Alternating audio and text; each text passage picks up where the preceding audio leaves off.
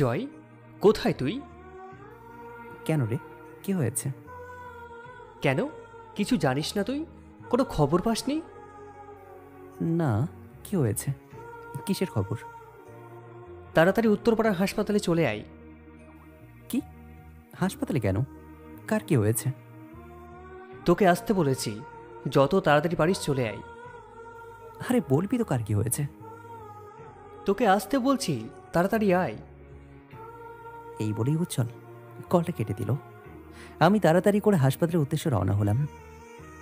না জানি কার কি হলো, খুবই চিন্তা হচ্ছিল। হাসপাতালে ঢুকতেই উজ্জ্বলের দেখা পেলাম। ওকে জিজ্ঞেস করলাম, এই উজ্জ্বল, কার কি হয়েছে রে? আয় এদিকে। তুই সুইটিকে কি বলেছিস? সুইটি? কেন, কি হয়েছে? আর সুইটির সঙ্গে হাসপাতালে কি সম্পর্ক? এই দাঁড়া, সুইটির কিছু হয়েছে কি?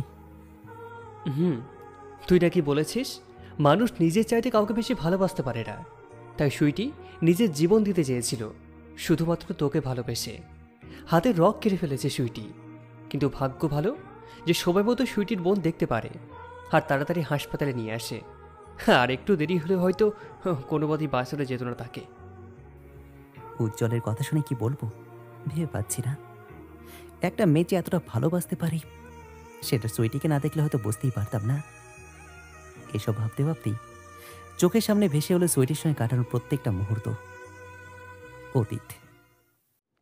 আচ্ছা, আপনি প্রতিদিন এখানে বসে থাকেন কেন? হঠাৎ এমন কথা শুনে বাম পাশে তাকিয়ে দেখি একটা মেয়ে আমার দিকে জিজ্ঞাসা দৃষ্টিতে তাকিয়ে আছে। সে আবার জিজ্ঞেস করলো, এই যে স্যার, আমার কথা কি শুনতে পাচ্ছেন? আরে কে আপনি? আমি কে সেটা বড় কথা নয়, আমি কি বলছি সেটাই বড় কথা। এখন বলুন তো। আরে আরে, কে আপনি? আর আপনি এভাবে আমার পাশে বসছেন কেন? আমি সুইটি, রানাঘাট কলেজ থেকে অনার্স দ্বিতীয় বর্ষে পড়ছি। ওই যে আপনার পিছনে একটা নীল বিল্ডিং দেখতে পাচ্ছেন, আমি তার দোতলায় থাকি। আর আপনি এমনভাবে বলছেন যেন আপনি মহান কেউ একজন। আপনার পাশে বসে বিরাট বড় ভুল করে ফেলেছে। মহান তো অবশ্যই, একজন মহান ধোকা খাওয়া প্রেমিক। কথাটা আমি বিড়বিড় করে বললাম। কিছু বললেন কি? না, কিছু না। বলতে অবশ্যই করেছেন। একটা অপরিচিত ছেলের পাশে হুটহাট বসে পড়াটা ভুল কিছু নয় কি? হতে পারে হয়তো। এখন আপনার নামটা বলা যাবে কি? আমার নাম জয়। আর কিছু? ও আচ্ছা, আসলে আপনাকে বিগত কয়েকদিন ধরে দেখছি আপনি প্রত্যেক দিন এখানে বসে থাকেন, হাতে জ্বলন্ত সিগারেট নিয়ে আনমন নদীর দিকে তাকিয়ে থাকেন, কখনো বা হাঁ করে আকাশের দিকে তাকিয়ে থাকেন। প্রতিনিয়ত আপনি এমন করেন দেখে কৌতূহলের জন্ম হয়েছে, তো তাই এসে কথা বলতে ইচ্ছে করলো। তার মানে আপনি আমাকে এতদিন ধরে ফলো করছেন? হ্যাঁ, করছি তো। আপনি প্রতিদিন বিকালে এখানে এসে বসেন, হাতে থাকে সব সময় এই অসহ্য জ্বলন্ত সিগারেট। গভীর রাতে আপনি এখান থেকে উঠে চলে যান। আচ্ছা, এই ধোঁয়া উড়ে কী শান্তি পান বলুন তো? জানেন না ধূমপান স্বাস্থ্যের জন্য ক্ষতিকর? আপনি তো দেখছি আমার খুঁটিনাটি সব কিছুই জানেন। কি চান আমার থেকে? এই তো লাইনে এসেছেন। এখন বলেন, আপনি কি করেন? এখানে প্রতিদিন এসে বসে থাকেন কেন? আচ্ছা, কে আপনি?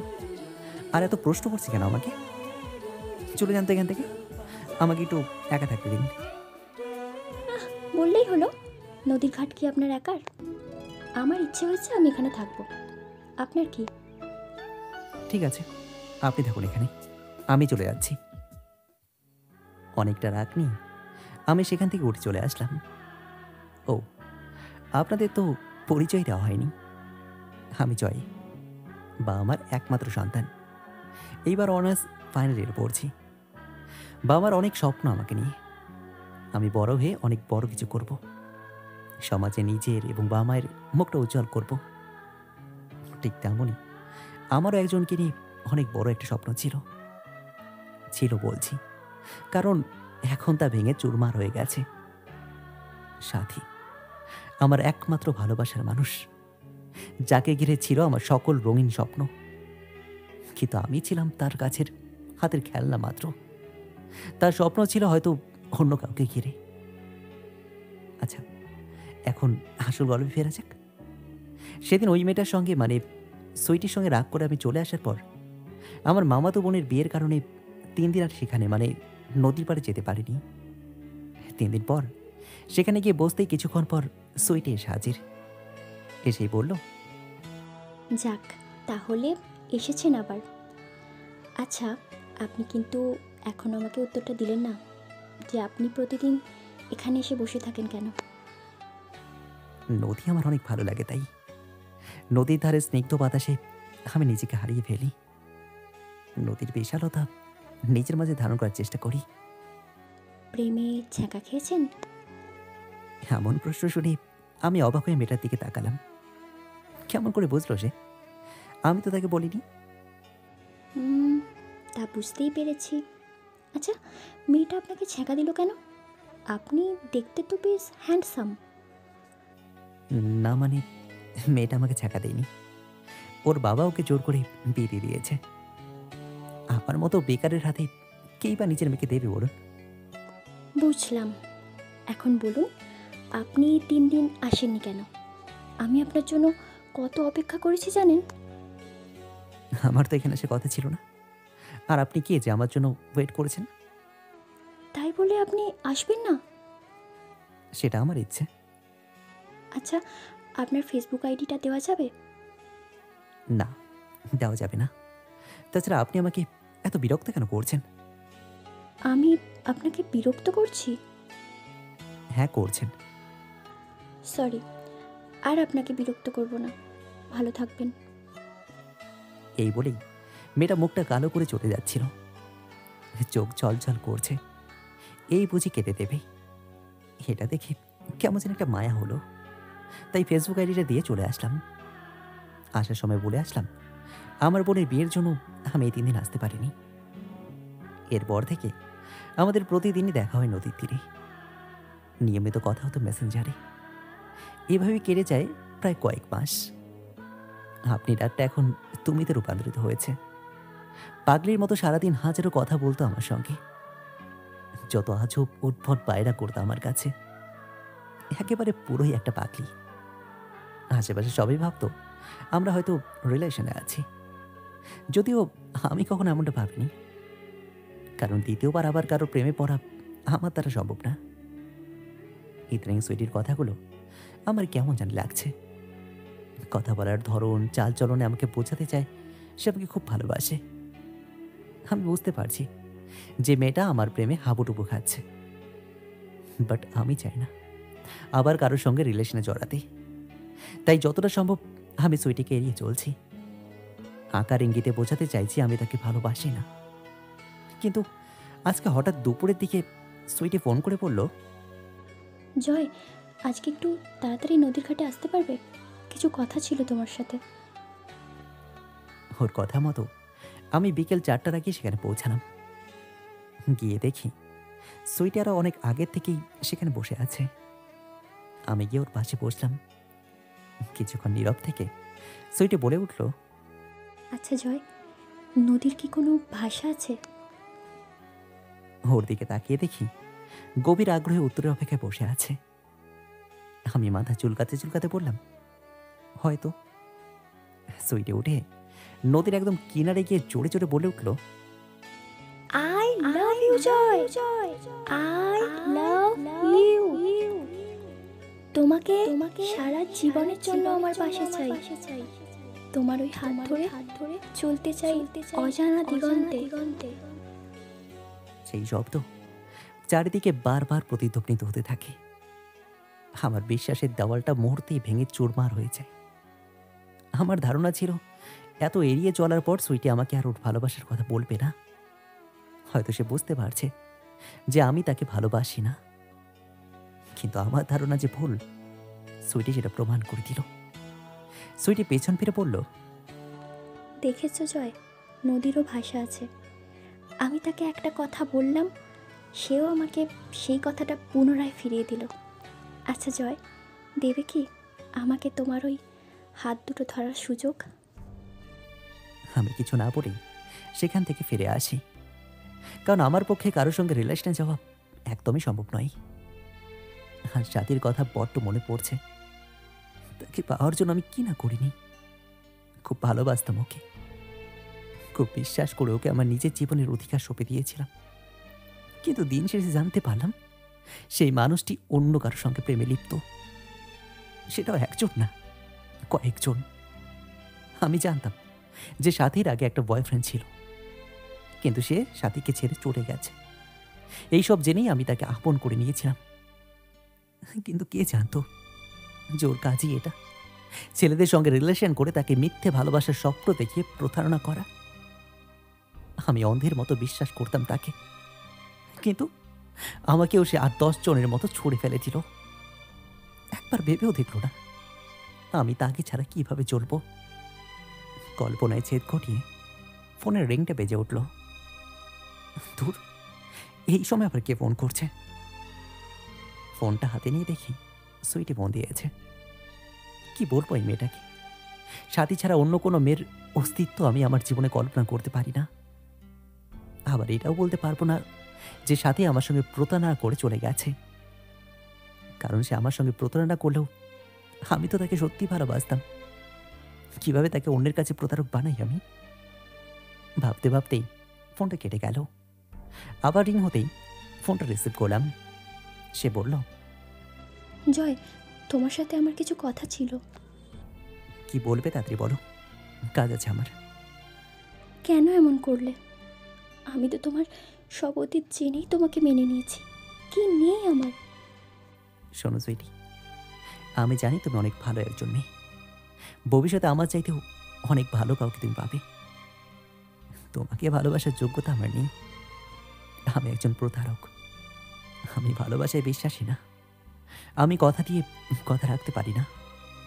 তোমাকে বলেছিলাম না সাথীর বাবা সাথীকে বিয়ে দিয়ে দিয়েছে? এটা ভুল। আমি সাথীর সঙ্গে প্রতারণা করেছিলাম।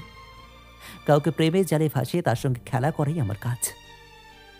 কিন্তু এটা আমি তোমার সঙ্গে করতে পারবো না, কারণ তুমি অনেক ভালো মনের এবং আমার খুব কাছের একজন মানুষ ছেলে। আমার কোনো যোগ্যতাই নেই তোমাকে কাছে পাওয়ার। আশা করি তুমি তোমার উত্তরটা পেয়ে গেছো। কিন্তু জয়, আমি তোমাকে ছাড়া বাঁচতে পারবো না। আমার সবটা জুড়ে যে তুমি। এটা হাস্যকর কথা সুইটি। মানুষ নিজের চাইতে কখনোই কাউকে বেশি ভালোবাসতে পারে না। আজ যেটা ভেবে তুমি মন খারাপ করছো, কাল সেটা ভাবলেই তুমি হাসবে। জীবন কারোর জন্য কখনো থেমে থাকে না। তুমিও একসময় আমাকে ছাড়াই খুব ভালোভাবে চলতে পারবে। আজকেই হয়তো আমাদের শেষ কথা। ভালো থেকো আর সবসময় নিজের খেয়াল রেখো। জয়, আমি প্রমাণ করে দেব আমি তোমাকে কতটা ভালোবাসি। আর আমি তোমাকে ছাড়া সত্যিই বাঁচবো না। আমি কলটা কেটে দিয়ে ফোনটা বন্ধ করে রাখলাম। আমি চাই না আমার জীবনে আবারও কেউ আসুক। হয়তো প্রত্যেক অবহেলিত ভালোবাসা এমনই হয়, অসহায়ের মতো পরাজিত হয় অপর পাশের মানুষের কাছে। একটা মানুষ হলপ করে বারবার বলে যে সে আপনাকে ভালোবাসে, আপনার বিশ্বাস হয় না, কিছুতেই আপনার বিশ্বাস হয় না। পৃথিবীতে কেউ কাউকে এত ভালোবাসতে পারে? কিন্তু সেই মানুষটাই আপনাকে বিশ্বাস করায়, ক্রমশ এক সময় স্থান করে নেয় আপনার মন এবং মস্তিষ্কে, আপনার জীবনে। তারপর একদিন যখনই আপনি সত্যি সত্যি ভালোবেসে ফেলেন তাকে, আপনার গোটা অস্তিত্ব যখন কেবলমাত্র তার জন্য বরাদ্দ হয়, তখনই আস্তে আস্তে বের হয়ে যায় ভালোবাসার সত্যিকারের চেহারা। প্রতিশ্রুতিগুলো হয়ে যায় মিথ্যে, অনুভবগুলো হয়ে যায় বিবর্ণ, বিশ্বাস হয়ে দাঁড়ায় সবচাইতে মূল্যহীন বস্তু। হয়তো হয়তো আমার সঙ্গে এমনটাই হয়েছে। সাথী হয়তো আমার সঙ্গে প্রতারণা করেছে, কিন্তু আমি তো করিনি। আমার মনে প্রাণে সকল ভাবনাতে ছিল সাথী। হ্যাঁ, যেখানে অন্য কাউকে বসানো আমার দ্বারা সম্ভব নয়, সাথী আমার ভেতরে এমন একটা সত্তা যাকে মন প্রাণ সঁপে শ্রদ্ধা করা যায়, হৃদয়ে উজাড় করে ভালোবাসা যায়। শুধু দুঃখ একটাই, যার জন্য আমার হৃদয়ে এত ভালোবাসা, যার জন্য আমার এত আশা আকাঙ্ক্ষা, সেই আমার কাছ থেকে দূরে চলে গেল। এসব ভাবতে ভাবতেই উজ্জ্বলের ডাকে আমি বর্ধমানে ফিরে এলাম। জয়, এই জয়। আমি চমকে উঠে বললাম, "হুম, বল।" দেখ জয়, হ্যাঁ আমি তো সব জানি। সাথী তোকে ধোকা দিয়েছে, কিন্তু সবাই তো সমান নয় রে। সব মেয়ে এক হয় না। সুইটি তোকে অনেক ভালোবাসে। একজনের ভালোবাসার অবহেলায় অন্যজনকে অবহেলিত করিস না। মেয়েরা তোকে মন প্রাণ দিয়ে ভালোবাসে। হ্যাঁ রে, ঠিকই বলেছিস। আমার মিথ্যে কল্পনাকে ভুল প্রমাণ করে সুইটি বুঝিয়ে দিল, সবাই সমান না, সবাই মিথ্যে অভিনয় করে না। আজও সত্যিকারের ভালোবাসা আছে দুনিয়াতে। যা জয়, ভিতরে যা, সাথী তোকে খুঁজছে। আমি আস্তে আস্তে কেবিনের ভেতরে প্রবেশ করলাম। দেখলাম মেয়েটা মুখটা কালো করে অভিমানী চেহারায় শুয়ে আছে। আমাকে দেখে উঠতে চাইছিল। আমি বললাম, না না, উঠতে হবে না, শুয়ে থাকো।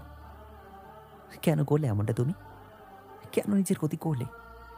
আজ যদি তোমার কিছু একটা হয়ে যেত, আমি কি করে নিজেকে ক্ষমা করতাম? হ্যাঁ, দেখো জয়, সাথী আর তোমার ব্যাপারে সব কিছুই উজ্জ্বল ভাইয়ার থেকে আমি অনেক আগেই জেনেছিলাম। আর সেই প্রথম দিন থেকেই আমি তোমাকে ভালোবেসে ফেলেছি। প্লিজ আমাকে ফিরিয়ে দিও না। কথা দিলাম, শেষ নিঃশ্বাস পর্যন্ত তোমার হাতে হাত রেখে চলবো। আমি আর কিছু বলতে পারিনি। হার মেনে নিলাম সুইটির ভালোবাসার কাছে। সুইটির হাতে হাত রেখে বললাম, আমিও তোমাকে ভীষণ ভালোবাসি, কোনোদিন ছেড়ে যাব না। ভালোবাসা কখনো অসহায় হয় না, কিন্তু কিছু কিছু মানুষের কারণে কারো কাছে ভালোবাসাটা অসহায় হয়ে যায়।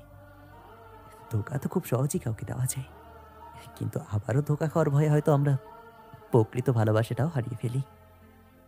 ডিয়ার ফ্রেন্ড, আপনারা যারা আমার মতো এমন চিন্তা করছেন যে প্রথম প্রেমে ধোকা খেয়েছেন, তারপর থেকে ভালোবাসার বিশ্বাস হারিয়ে গেছে, তাদের বলি, মিথ্যে প্রেমের জন্য নিজের জীবনটাকে থামিয়ে রাখবে না। যে তোমার না, তাকে তুমি হাজারো ভালোবাসা দিয়েও আটকাতে পারবে না। আর যে তোমার, সে হাজারো বিপদের সম্মুখীন হয়ে তোমার ভালোবাসাটাকে পাওয়ার জন্য ব্যাকুল হয়ে থাকবে। সো নতুন করে জীবনটাকে সাজাও। জীবনটা খুব ছোট। মিথ্যে মানুষের মিথ্যে ভালোবাসায় নিজেকে আর কষ্ট দিও না।